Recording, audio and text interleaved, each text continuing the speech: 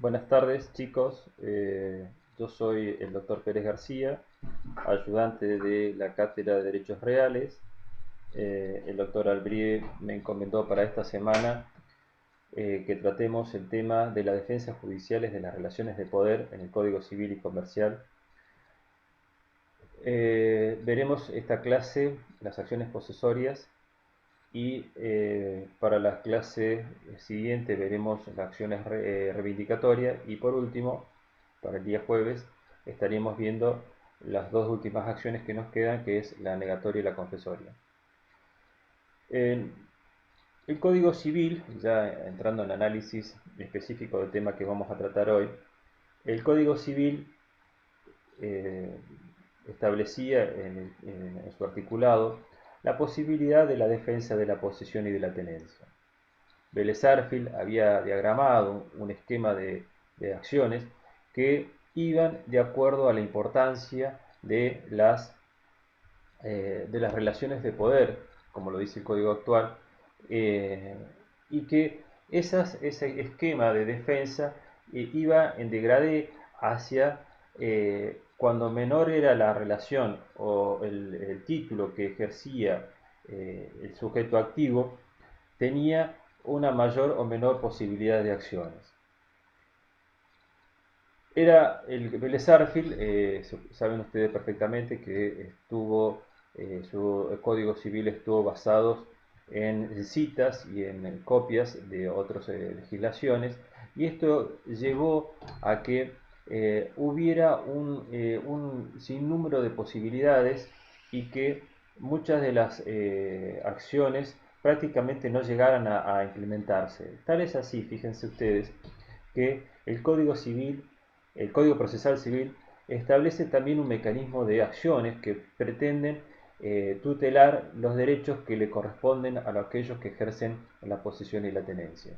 Es lo que comúnmente se llaman interdictos. Esto surge como consecuencia de la gran disparidad o el gran desorden jurídico que había en cuanto a el esquema de defensa de las acciones y de la tenencia, de la posesión y la tenencia, y que llevó a un gran debate jurisprudencial y doctrinario en cuanto al alcance y efectos que generaban cada una de las acciones. Habían acciones posesorias, habían interdictos, había interdictos policiales, pero no había un esquema de defensa en concreto hacia la posesión y la tenencia. A partir de la sanción del Código Civil y Comercial Unificado, esto ha mejorado sustancialmente y casi ya algunos autores hablan de que los interdictos que establece los códigos procedimiento, ya casi algunos dicen que son inconstitucionales por cuanto que están legislando cuestiones de fondo. A partir de ese entonces, el artículo 2238 habla de la finalidad de las acciones, posesiones y lesiones que las habilitan.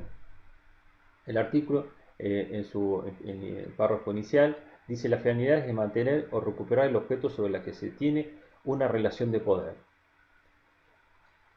Básicamente, esto lo que, si nosotros vemos, tiene una trascendencia social, por cuanto que dice que nadie puede por sí tomar la posesión o la tenencia de un objeto.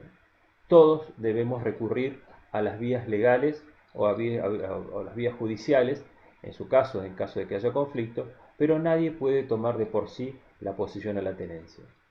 Nadie puede usurpar o tomar o quitar actos o realizar actos que impliquen la desposesión o la pérdida de la tenencia.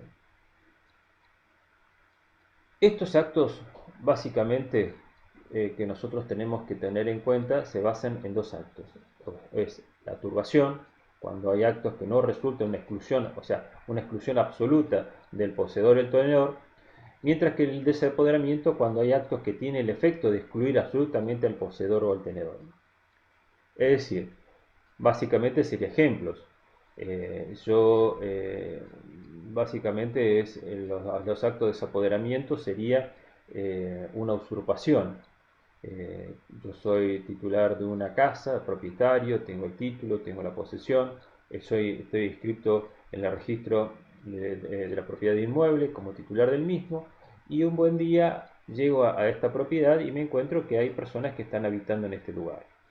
Esto implica un desapoderamiento, es decir, un acto por el cual yo ya no tengo la posesión, no puedo ejercer actos posesorios sobre ese inmueble. En cambio, hay turbación cuando se me interrumpe o se me molesta en el ejercicio de la posesión.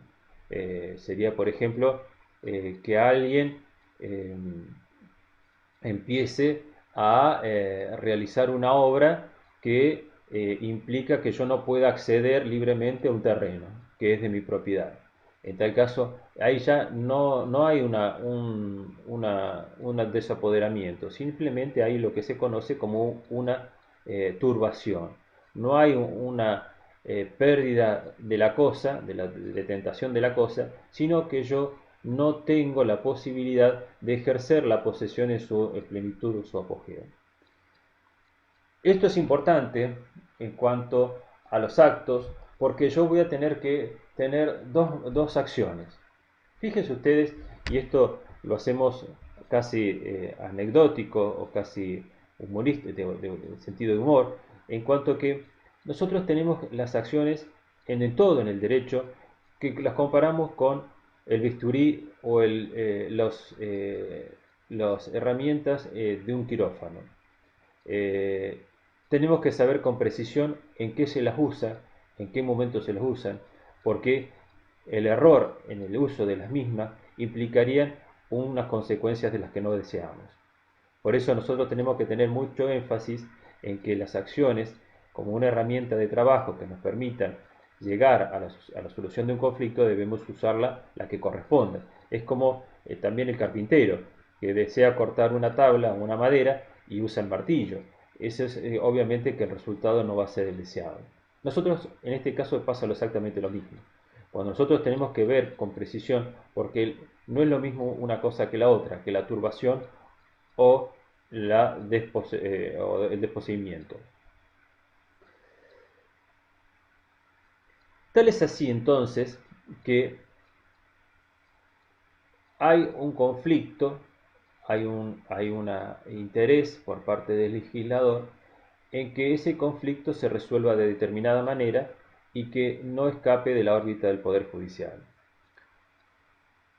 Cuando hablamos entonces, cuando hablamos de este tipo de la finalidad, está entonces el de mantener el estatus jurídico de una persona que está dentro de la esfera del ser poseedor o el de ser tenedor. Vamos a ver también que hay otras figuras, como los tenedores desinteresados, que también tienen un margen muy chiquitito para poder ejercer las defensas de sus derechos, que es la defensa únicamente la defensa extrajudicial. Los actos, también ya un poco más claro el artículo 2238, dice, se otorgan ante actos materiales producidos o de inmediata producción, ejecutados con la intención de tomar la posesión, contra la voluntad del poseedor o tenedor. Tal es así, fíjense ustedes que, primero que son actos materiales, es decir, no hay otros medios, y producidos o a producirse. Un ejemplo claro de esto sería, por ejemplo, yo tengo un terreno en la ciudad de General Roca y un día llego al mismo y veo que hay clavado en este terreno un gran letrero donde dice que este inmueble va a ser afectado al régimen de propiedad horizontal. Es lo que se llama comúnmente régimen de afectación de prehorizontalidad. Dentro de estos recaudos que exige la ley es de instalar un cartel donde se dicen las cantidades de habitaciones que va a tener el edificio, quién va a ser el encargado de hacer la obra, cómo se va a financiar, etcétera, etcétera. Entonces eso es un indicio que yo tengo que en ese lugar van a construir un edificio que es de mi propiedad. Si esta obra se ejecuta, obviamente lo que yo voy a tener es una pérdida es una pérdida de la posesión. Por lo tanto, yo lo que voy a hacer es que antes de que se descarguen los materiales y empiezan a realizarse las obras, voy a ir a ver a un abogado y le voy a iniciar una causa a la empresa constructora para que no dé inicio a las obras, porque de lo contrario yo voy a tener la pérdida de la posesión.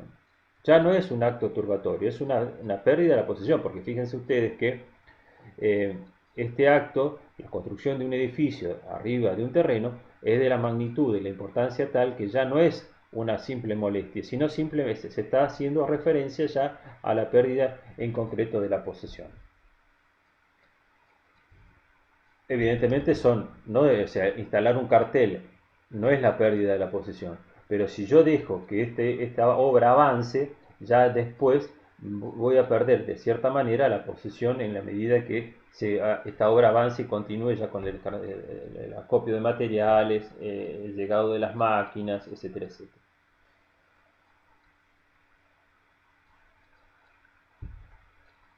Los actos, estos actos que yo estoy nombrando acá, que vamos a tener que tener mucha precisión en cuanto a la importancia de estos hechos, que puede ser que implique una disposición total o parcial del objeto, del inmueble. Por ejemplo, que yo tengo un campo y es usurpado, qué sé yo, por una empresa petrolera que, desconociendo los límites de mi campo, y se instala sus maquinarias y empieza a hacer perforaciones en el mismo. Yo tengo todo el campo restante para usarlo, pero he sido desposeído de esa parte que implica mi terreno. Entonces, como dice el artículo, vuelvo a repetir, el 2238, el desapoderamiento no significa la pérdida total de la posesión del objeto. Puede ser que también puede ser simplemente una parte del mismo. Estas acciones, tanto la acción para mantener de turbación o de desapoderamiento, tienen, son acciones que están destinadas a iniciar un proceso judicial. ¿Quiénes están legitimados para iniciar estas acciones? Ya lo vamos a ver cuando veamos en su momento hay un artículo específico de este capítulo, que son los tenedores interesados, los tenedores desinteresados, los poseedores viciosos, los poseedores no viciosos, es decir, todo tipo de tenedor o poseedor. No hay posibilidades de que eh, yo pueda ejercer algún acto de violencia para tratar de hacerme de la posesión o de la tenencia.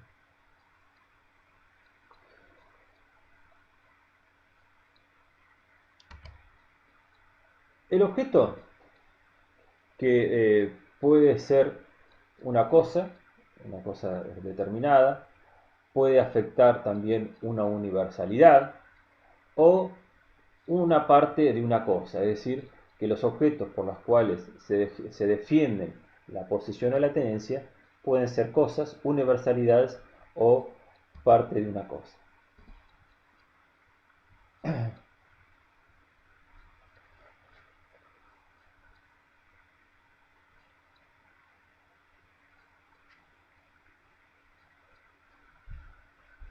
Bien,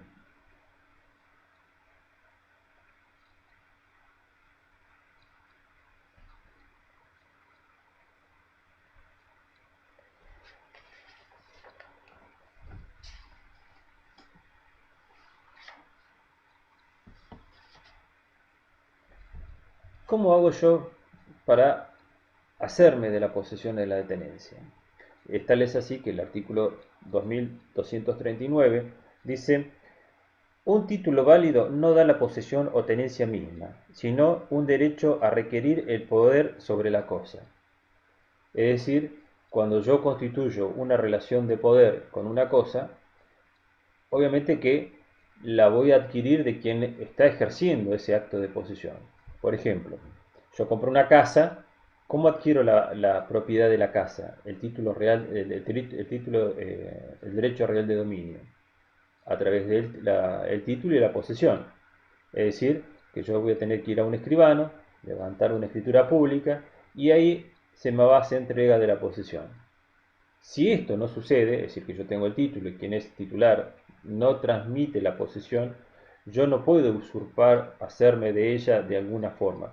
Vamos a ver que hay acciones que permiten que yo poder reclamar la posesión o la tenencia.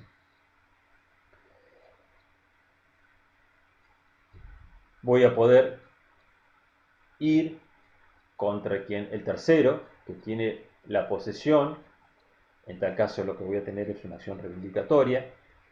Si el que me vende la casa a mí no me entrega la posesión, voy a tener la posibilidad de la acción de cumplimiento contractual. O también dentro del Código Procesal Civil, hay interdictos para adquirirse de la posesión. Es decir, hay todo un andamiaje jurídico que me permite a mí ir en demanda de la posesión o de la tenencia. Pero dice el artículo 2239, dice, un título válido no da la posesión en el término mismo, sino un derecho a requerir el poder sobre él. El que no tiene sino un derecho a la posesión o a la tenencia no puede tomarla, debe demandarlas las vías legales.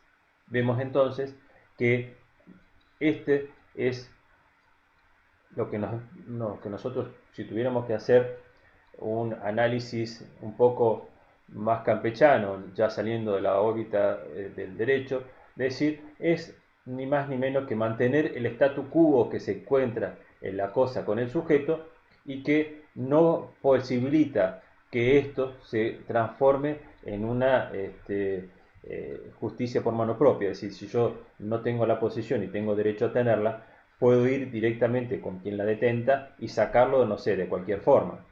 No, eso estaría mal. Nosotros tenemos las herramientas jurídicas necesarias para que yo, que tengo el título a poseer, pueda reclamarlo y pueda solicitarlo de quien lo detenta.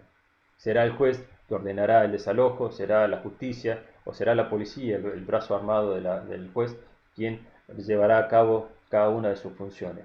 Pero yo, como titular de el titular del derecho a poseer o el titular del derecho a tener, no puedo ejercerlo yo por sí mismo.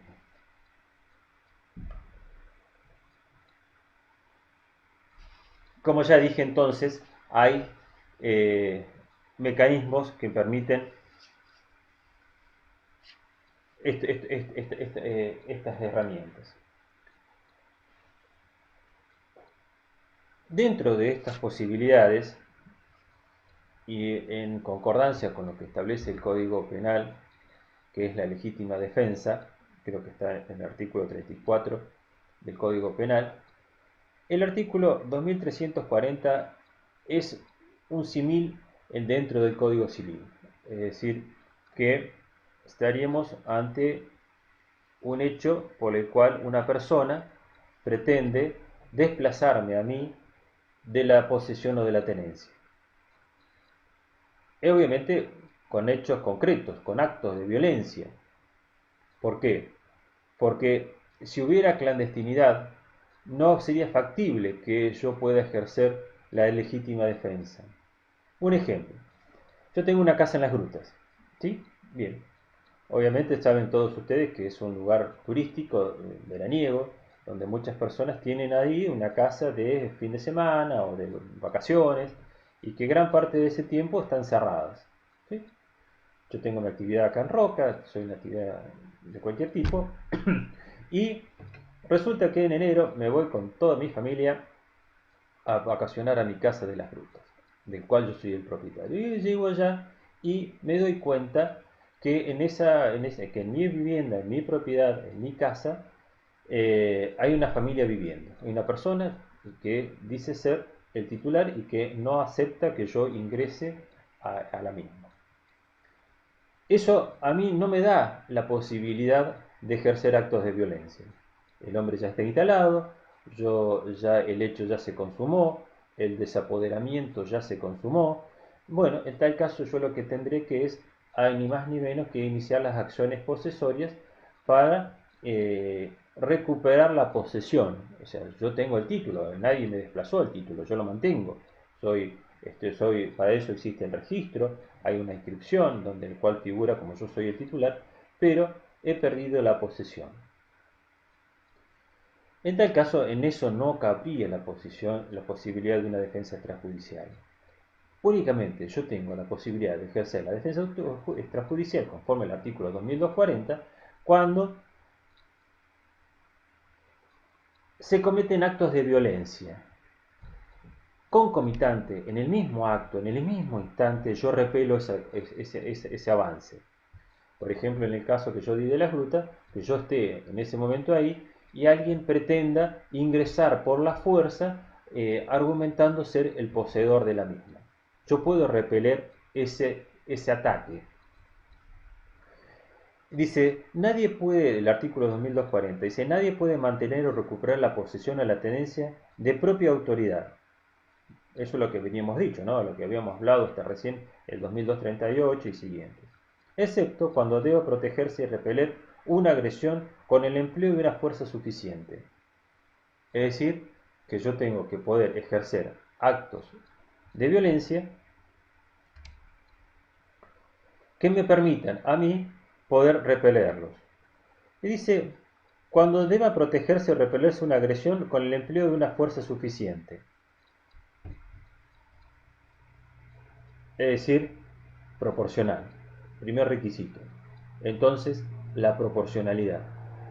Yo tengo que repeler este acto de agresión que tiene el fin específico de la desposesión con una defensa equiparada al mismo.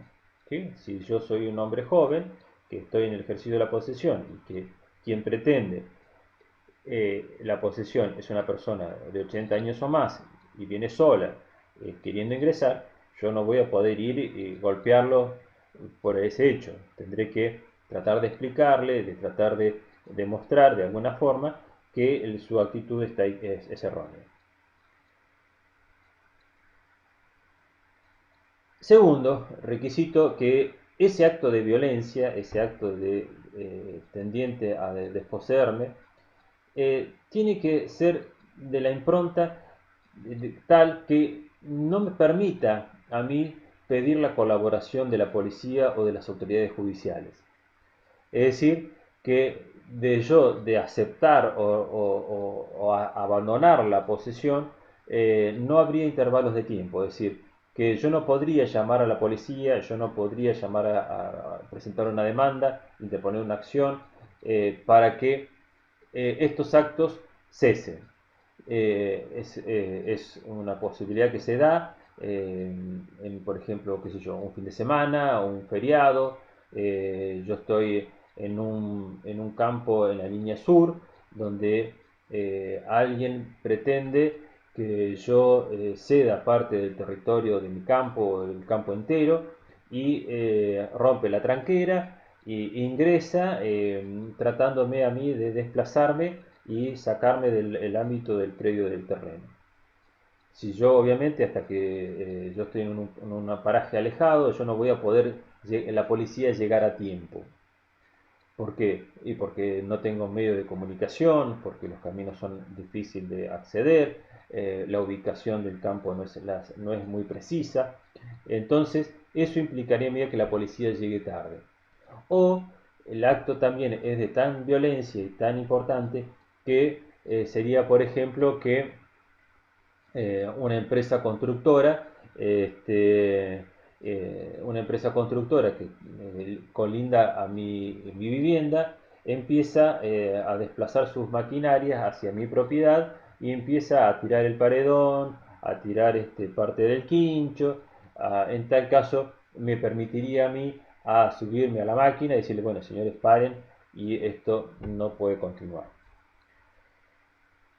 Lo novedoso, este es un artículo que ya estaba dentro del Código Civil de Vélez Sarsfield, esta es una acción que ya estaba, y que lo novedoso de esto es la posibilidad de que la demora no sea únicamente una demora de la policía, sino que también esto es algo novedoso, que llegaría demasiado tarde las autoridades judiciales.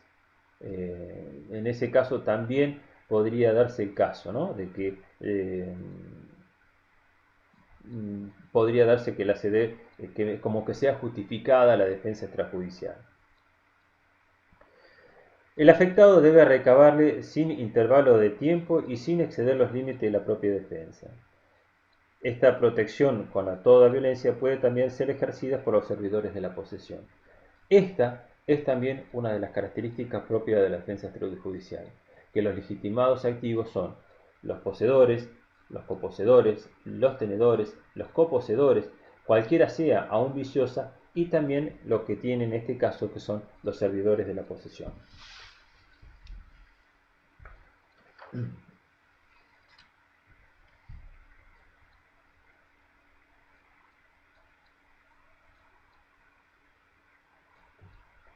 Entonces,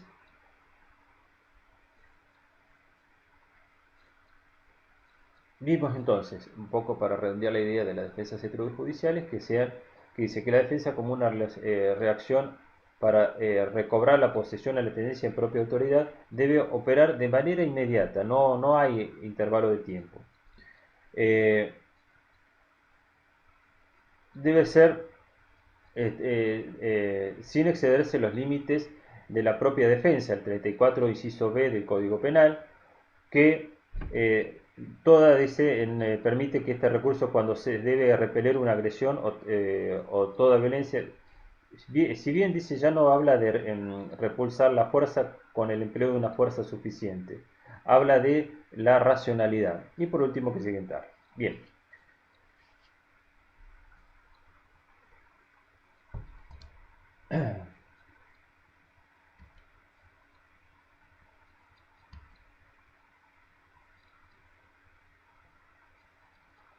La acción de despojo, que establece el artículo 2241.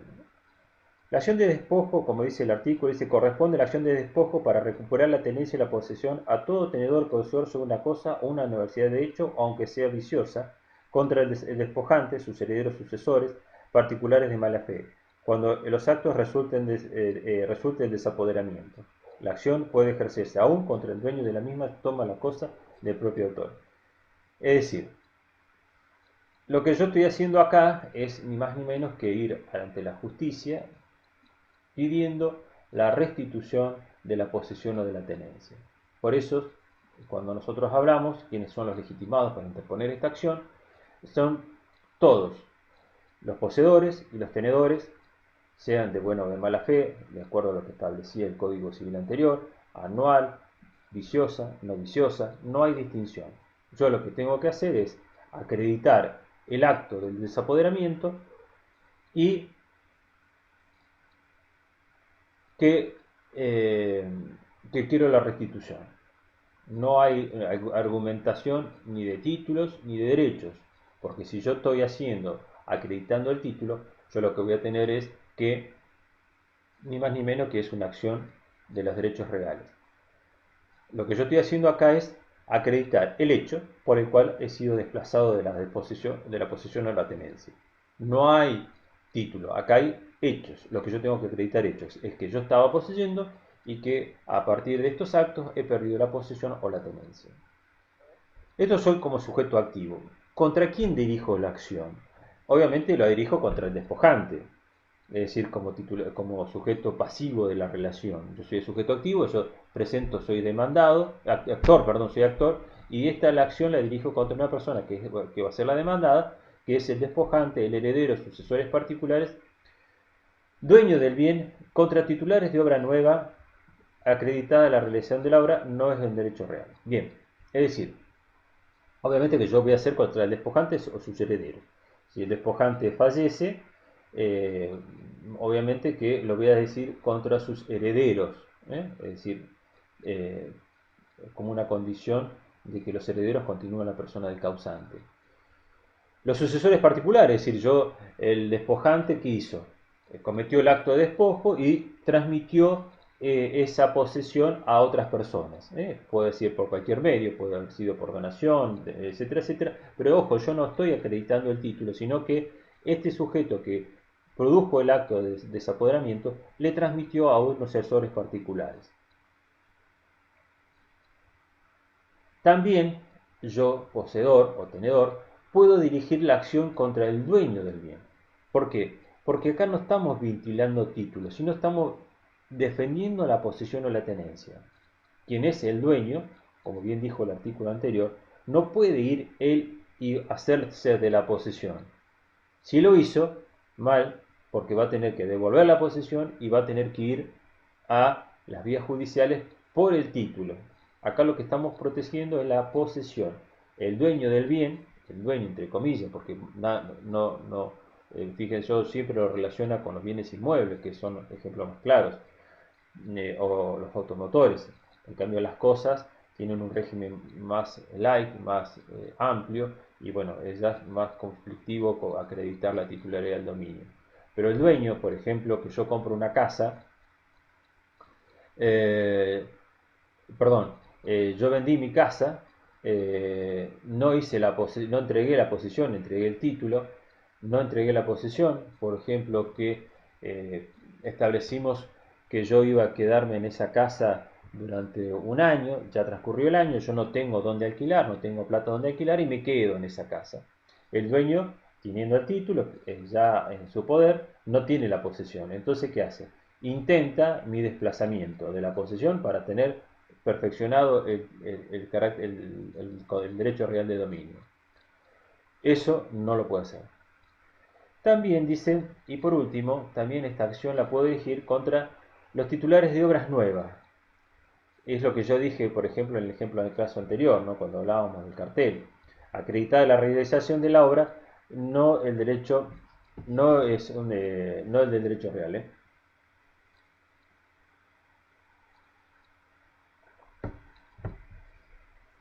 Este es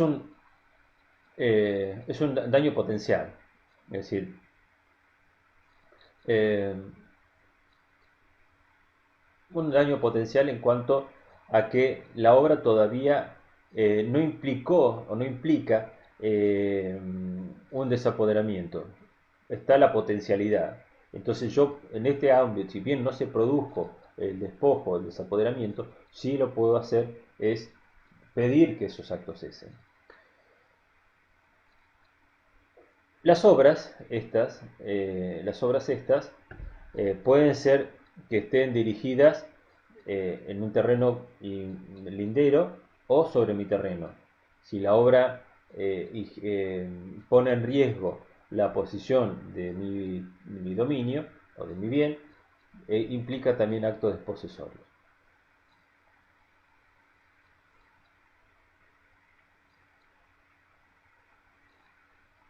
La sentencia dice, por último, el artículo dice, la sentencia que hace lugar a la demanda debe ordenar la restitución de la cosa o de la universalidad o la remoción de la obra que se comenzó a hacer. Tiene efecto de cosa juzgada material en todo cuanto se refiere a la posesión de la tenencia. Es decir, que ya no habrá posibilidades de instaurar una nueva acción. Lo que sí quedará expedita las acciones reales. Es decir, que yo no podré instaurar una nueva acción de despojo. Es una sentencia formal. Perdón, material, como dicen, no es una sentencia formal. Las sentencias son formales, se acuerdan ustedes que cuando yo puedo instaurar una nueva sentencia o una nueva revisión sobre un hecho ya juzgado. Eso sería una sentencia en sentido formal. Esto no, lo aclara específicamente el legislador diciendo que los efectos de la cosa de la sentencia es material. Por lo tanto, yo no podría instaurar esta nueva acción o este nuevo proceso, ya quedaría cerrada, expedita esta vía y simplemente que me quedaría a mí las acciones reales, reivindicatoria, confesoria y negociatoria que establece el Código Civil en su artículo siguiente.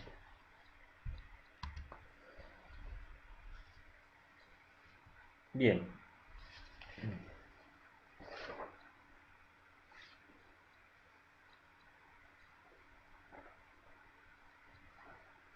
El artículo 2242 dice, la acción es de mantener la tenencia o la posesión. Corresponde la acción de mantener la tenencia o la posesión a todo tenedor o poseedor sobre una cosa o universidad de hecho, aunque sea viciosa, contra quien turba en todo o en parte el objeto. Acá ya el ataque es de menor cuantía, o sea, no es tan importante a mí como el anterior, como el que establecía el 2241, que el ataque era total, es decir, que me privaba a mí totalmente de la posesión. Acá hay una molestia, hay una turbación, no me dejan a mí realizar el acto en su plenitud. Yo lo que está tratando entonces, ya no hay un desplazamiento, sino hay una molestia.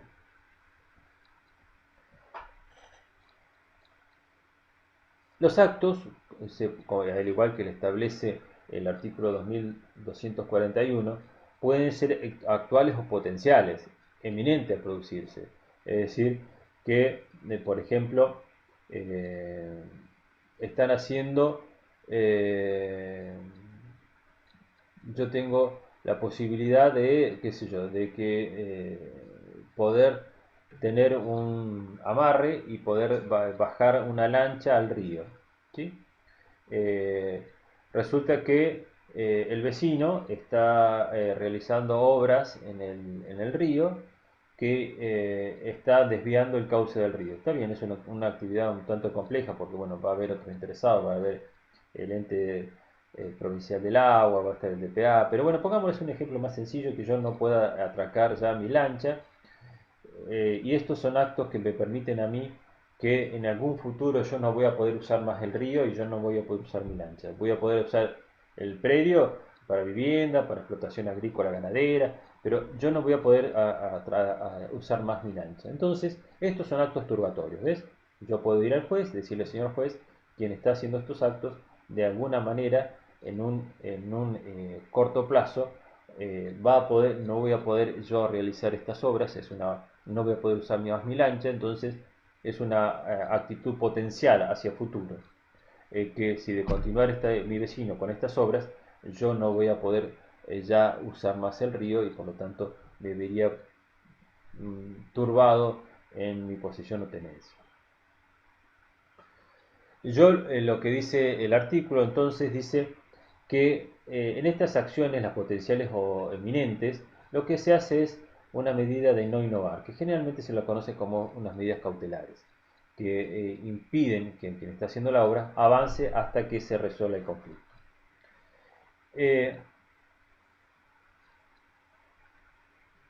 Me acuerdo de un caso, eh, acá en Roca, había una familia que trabajaba de empleados en una chacra.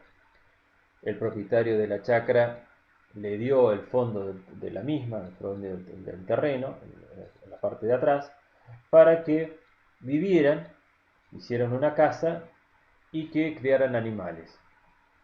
Bien, estas personas trabajaban en la chacra, dentro de la vivienda estaba dentro de la chacra, pero como tenían animales, hicieron un cerco, un alambrado, que separaban ambas propiedades, o sea, dividían esta misma propiedad en dos partes, pero que en realidad el título era uno solo, el propietario era uno solo. Bien, un buen día este hombre vende la chacra, deja a esta familia dentro de la chacra, obviamente alambrada, con sus animales, y el comprador no se dio cuenta, no tuvo la precaución de medir, de mensurar la chacra, no hizo planos de mensura, y bueno, empezó a producir la chacra hasta el límite del alambrado que separaba el ganado del resto de la chacra. Un buen día se dio cuenta de que esta parcela de tierra estaba dentro de su casa, de su chacra. Esta parcela pertenecía a su chacra. Entonces, eh, mandó a quitar el alambrado y a sacar los animales y a demoler la vivienda. Bueno, estas personas interpusieron una acción de, de desapoderamiento, de despojo, y el juez tomó la medida de no innovar, es decir, de que hasta que se acreditaran en los títulos quién era el propietario, mejor poseedor o tenedor, no se iba a modificar la situación. Por lo tanto, este estado se mantuvo hasta que por posterioridad esta familia interpuso la acción de prescripción adquisitiva y pudo hacerse de su terreno su propiedad.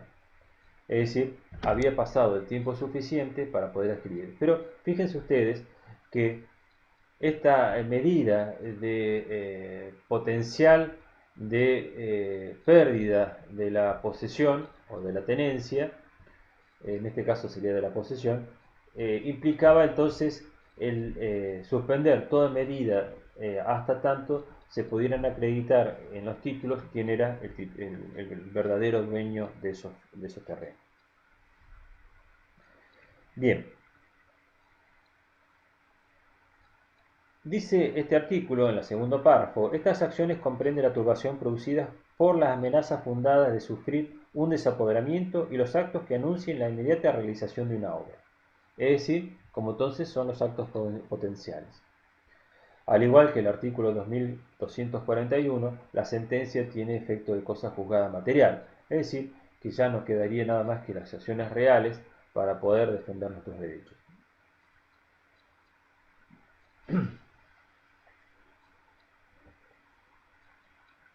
Entonces, un poco para redondear las ideas, tenemos que hay dos acciones, las que están establadas en el 2241 y 2242, que nos dan la posibilidad a nosotros de defender la tenencia o la posesión de actos que impliquen la turbación o el despojo.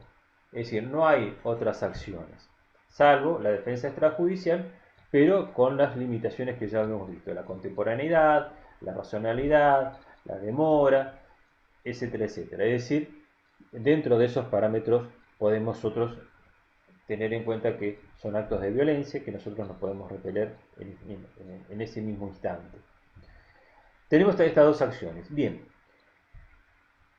como son acciones, obviamente van a tener que actuarse o instarse el proceso judicial.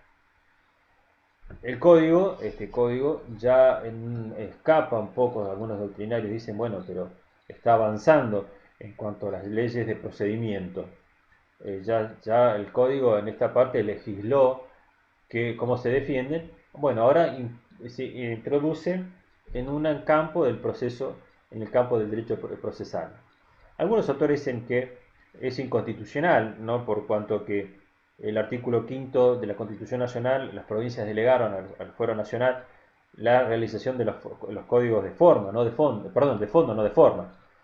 Es decir, el Congreso de la Nación puede reglamentar y están dentro de las facultades delegadas la confección del Código Civil, pero no el Código de Procedimiento. Algunos autores dicen que estos articulados que siguen son inconstitucionales. Pero bueno, nosotros está dentro del código, lo vamos a aprender y lo vamos a aplicar porque son los que nos legislan. Iniciado el proceso, es decir, bueno, ya tengo a quién voy a dirigir la acción, quiénes son los actores, el actor y el demandado. Nos quedan algunos detalles en cuanto a que el código prevé la conversión. ¿Qué quiere decir esto? El artículo 2244 dice, si durante el curso del proceso se produce una lesión mayor que la determinada en el proceso de la acción, es decir, yo demando a una persona porque hace actos turbatorios, es decir, no deja que ingrese al campo, no deja que el agua se escurra de las lluvias o de las aluviones, no deja, entonces yo no tengo una desposesión, tengo turbación.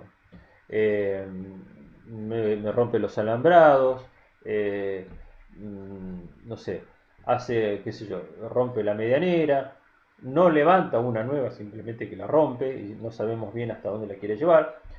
Entonces, yo inicio una acción de turbación. Pero ustedes saben perfectamente que a veces los procesos judiciales llevan un plazo determinado, su producción de prueba, el dictado de la sentencia, etcétera, etcétera, la contestación de la demanda. Entonces, en ese interín, de entre que se da inicio al proceso, se tabla la litis con la contestación de la demanda hasta la generación de la prueba y el dictado de la sentencia, puede pasar mucho tiempo, entonces eso implica el riesgo de que esos actos se agraven y ya no haya una turbación, sino un desapoderamiento. Es una pérdida de la posesión. Entonces, implica esto que yo tendré que desistir de la acción de turbación, con lo que ello implica, es desistir, es pagar costas. Voy a tener que iniciar un nuevo proceso, con lo que implica gastos. Si yo llego a una sentencia de turbación, esa sentencia no se va a poder ejercer, no va a tener, se va a tornar en abstracto, porque ya no hay un cese de turbación, si ya hay un desapoderamiento, una pérdida de la posesión de la tenencia. Entonces lo que la ley o el legislador inteligentemente lo que dijo, bueno señores, si durante el proceso se agravan los hechos, yo puedo convertir lo que era una acción de despojo, de turbación, en una acción de despojo. Y dice el artículo 2244, si durante el curso del proceso se produce una lesión mayor que la que determina la promoción de la acción, el afectado puede solicitar la conversión en la que corresponde a la lesión mayor, sin que se retrotraiga el proceso, excepto violación del derecho de defensa en juicio. Obviamente que siempre va a haber un hecho agravante, es decir, porque si yo perdí la posesión, quien lo hizo el acto no me la va a devolver y va a molestarme. O sea, es muy lógico lo que se retrotraiga. Lo que sí es más palpable, más posible que se dé, es que los hechos se agraven y ya no haya una turbación, sino que haya un desapoderamiento o despojo. Entonces lo que hace la ley dice, bueno, señores, en esta etapa del proceso yo voy a tener que demostrar que esos hechos se agravaron y que voy a pedir una sentencia que implique la restitución de la tenencia o la posesión. En tal caso lo que dice la norma es coherente y lógico, y que yo no voy a tener que iniciar un nuevo proceso, interponer una nueva demanda, correrle vista a las partes, etcétera, etcétera. Eso es lo que hace la ley, es una de la conversión en el proceso de un proceso de mayor importancia, de mayor gravedad. Bien, yo interpuse la demanda. Lo que yo voy a tener que acreditar es la posesión. Es decir, yo lo que voy a tener que es acreditar ni más ni menos que la posesión. Obviamente que la otra parte también va a poder acreditar la posesión. Ante dos posiciones que no se pueden determinar cuál es la más antigua o la que mejor derecho tiene, que en definitiva sería la posición que se detentaba al momento de cometerse el hecho, ese que tiene el derecho a tener la posesión. Es decir, hay una superposición de hecho y de momento de la posesión. Quien tiene la posesión tiene el derecho de continuarla, pero si ninguno de los dos puede determinarse quién estaba en ejercicio de la posesión, por ejemplo, sería el caso de que en un derecho real de condominio, uno de los condóminos le niega la entrada al otro. En tal caso, los dos alegan y prueban que estaban en posesión de la cosa. Eran copropietarios, condóminos. Uno al otro, el de buenas a primera, no lo deje que entre. Pero si yo dice, en tal caso, lo que dice la ley en el artículo 2243, dice, si es dudoso quien ejerce la relación de poder al tiempo de la lesión, se considera que quien acredita estar en contacto con la cosa en la fecha más próxima. Es lo que yo decía. Es decir, ante dos posesiones, la que acredita estar más próxima al hecho es la que demuestra que tiene el derecho a poseerla. Entonces a él es que le vamos a restituir la posesión. Pero si de ninguno de los dos demuestran quién es el más cercano al hecho, obviamente la vamos a tener que ir hacia el revés, al otro extremo, a la más antigua. O vamos, en el transcurso del tiempo es a lo más cercano o a lo más lejano, en el supuesto caso de que hayan dos posiciones de igual naturaleza. Si no podemos determinar cuál es la más cercana, deberíamos ir a la más antigua.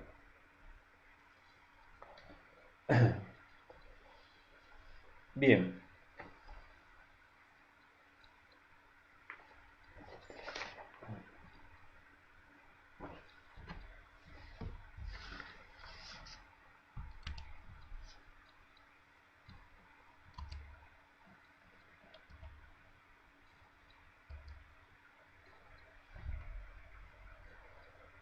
en este proceso, eh, en este proceso, esquemáticamente, bueno, en este proceso nosotros tendríamos que haber hablado de este artículo. Yo voy a hacer referencia ahora al artículo 2245, que aquellos que aman al código en su parte dogmática, su estructura, yo pondría el artículo 2245 un poco antes, porque acá ya hablamos del proceso, hablamos de las pruebas, y ahora en el 2245 hablamos de la conversión, y ahora en el 2245 nos habla de quiénes son los legitimados para entablar la acción, es decir, actores en el proceso, quiénes son los actores en el proceso de las acciones posesorias, sujetos activos. Yo lo hubiera ubicado metodológicamente, este artículo, después del 238 o 239, no más del 240. Pero bueno, es un comentario. Dice, corresponde la acción posesoria a los poseedores de cosas, universalidades de hecho o partes materiales de la cosa. Es decir, ya lo habíamos hablado, quiénes son, sobre qué cosas puedo yo interponer las acciones posesorias. Es decir, la posesión la puedo ejercer sobre una cosa, sobre una universalidad de cosas o una parte de una cosa. O sea, puedo una cosa, una parte o varias cosas. Una universalidad. Eso es en cuanto al objeto, es decir, la posesión puede ejercerse en cualquiera de estos objetos y que obviamente la ley protege. Entonces, ya en el segundo párrafo del artículo 2245 dice cualquiera de los coposeedores puede ejercer las acciones posesorias contra terceros si el concurso de los otros. Es decir, el caso sería, por ejemplo, que eh, hubieron condóminos. Por ejemplo, puede ser también que hayan varios herederos sin asignación de partes, sin que se hubiera hecho todavía la partición. En tal caso hay varios cotitulares, diría yo, de el derecho a poseer. En tal caso, yo, como cotitular de la posesión, ante actos turbatorios o de despojo, puedo entablar individualmente la acción, sin el aval o el consentimiento de los otros cotitulares. Y eso tiene dos consecuencias, que pueda ganar o pueda perder.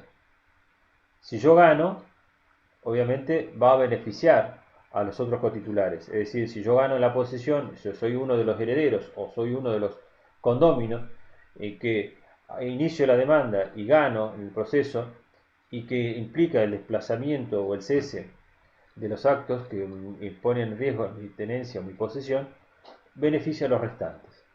Esto es una cuestión lógica y bueno, que también implica el dispendio judicial, es decir, que cada uno de los copropietarios, cotenedores, perdón, cada uno de los coposeedores, cada uno de los cotenedores tenga que entablar una acción que ya está reconocida.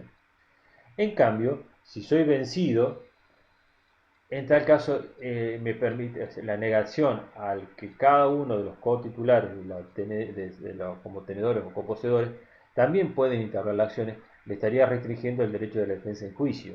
Es decir, si yo hice mal las cosas, no acredité la prueba, contesté tardamente alguna medida, no produje, no contesté la demanda, etcétera, etcétera, eh, y soy vencido, esa irresponsabilidad mía iría en contra de los cotitulares de los poseedores o tenedores. Entonces, a ellos sí, siendo yo vencido, la posibilidad a mí de ellos de poder entablar la acción. A la inversa no tiene sentido.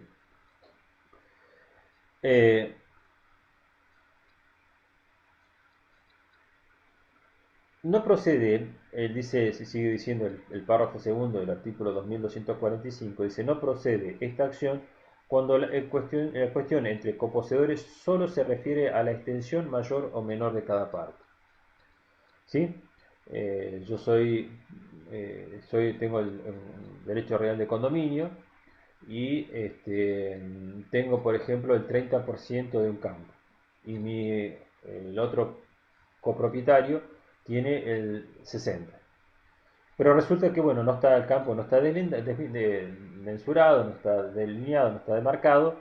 Entonces, yo pretendo una superficie mayor del terreno del que me quieren otorgar. Eso no es una acción de que proteja la posesión. Eso es lo que dice esta parte del artículo. Es decir, no hace referencia, dice no procede esta acción cuando las cuestiones entre coposeedores solo se refieren a la extensión mayor o menor de cada parte. Es decir, no es un conflicto entre coposeedores o cotenedores, es un conflicto de las acciones posesorias se da contra aquellos que no dejan ejercer actos posesorios.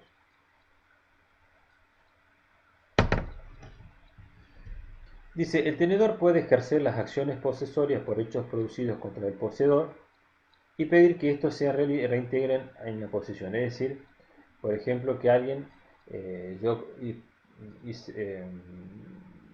firmé un contrato de habitación, donde, o un comodato, que yo le di a una persona la posibilidad de vivir en una vivienda sin costo. Eso es un tenedor, ¿eh? Yo soy el propietario, el otro es el poseedor. Resulta que el vecino comete actos que al tenedor lo privan de la tenencia. Él tiene entonces a su cargo la acción de despojo. Pero también tiene otra responsabilidad, que es poner en alerta al poseedor. Es decir, el tenedor, cuando es desplazado o es turbado en la tenencia, debe concurrir y avisarle al poseedor que está sufriendo algún perjuicio. Si esto no lo hace, será responsable de los daños y perjuicios que se ocasionen. ¿Por qué?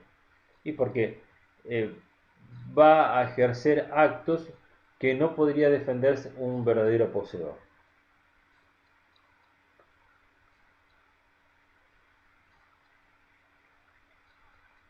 Dice, el tenedor entonces dice, el tenedor puede ejercer las acciones posesorias por hechos producidos contra el poseedor y pedir que éste sea reintegrado en la posesión, y si no quiere recibir la cosa, queda facultado para tomarla directamente. Bien.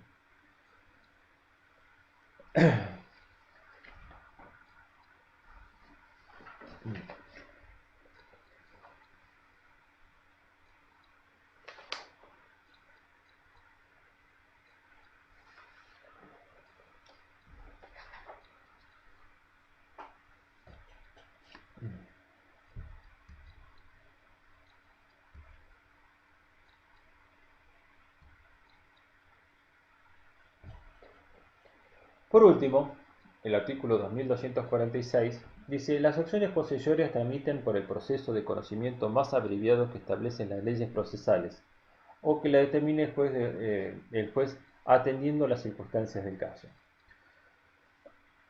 Obviamente que los procesos de conocimientos más rápidos y más abreviados es el proceso sumarísimo, que tramita, que está legislado dentro del Código de Procesal Civil y Comercial.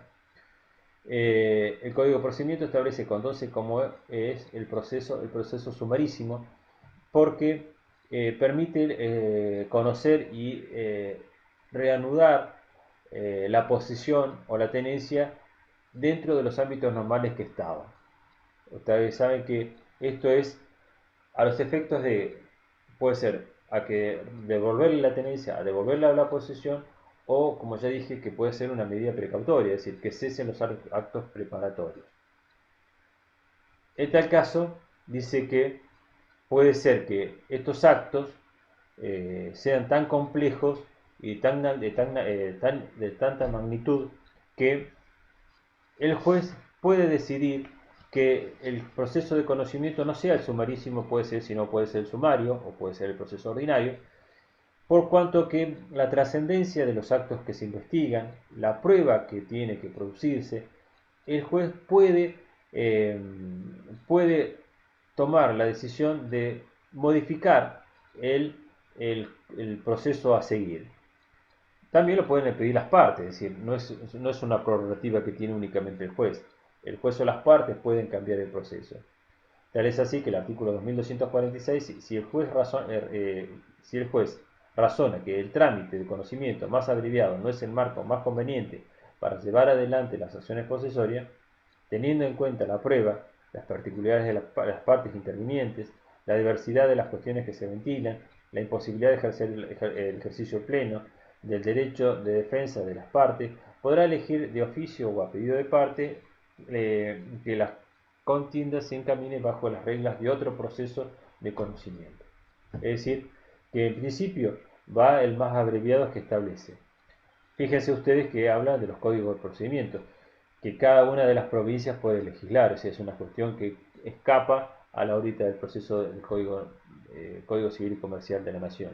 Entonces dice, por el proceso más corto que cada una de las provincias tenga. En nuestro caso, sería la provincia de Río Negro, tiene el proceso sumarísimo. Y en tal caso entonces sería el artículo 246, que establece que es el juez quien decida o las partes el proceso a seguir. Obviamente que el artículo, las acciones posesorias prescriben al año de producido el hecho. El artículo 2564, inciso B, establece el plazo para este, para poder entablar la acción. Bueno, yo creo que por hoy es suficiente. Eh, en la próxima clase estaremos viendo las acciones reales, que son más específicamente las acciones reivindicatorias, la que voy a dar en la próxima clase. Así que chicos, espero que esta clase les haya servido. Me encuentro a su disposición. Y si no antes, nos vemos la próxima clase. Y si tienen alguna pregunta, alguna consulta, lo subimos al chat de la página de la materia. Y yo se las voy a responder sin ningún inconveniente. Bueno chicos, buenas noches. Nos estamos viendo.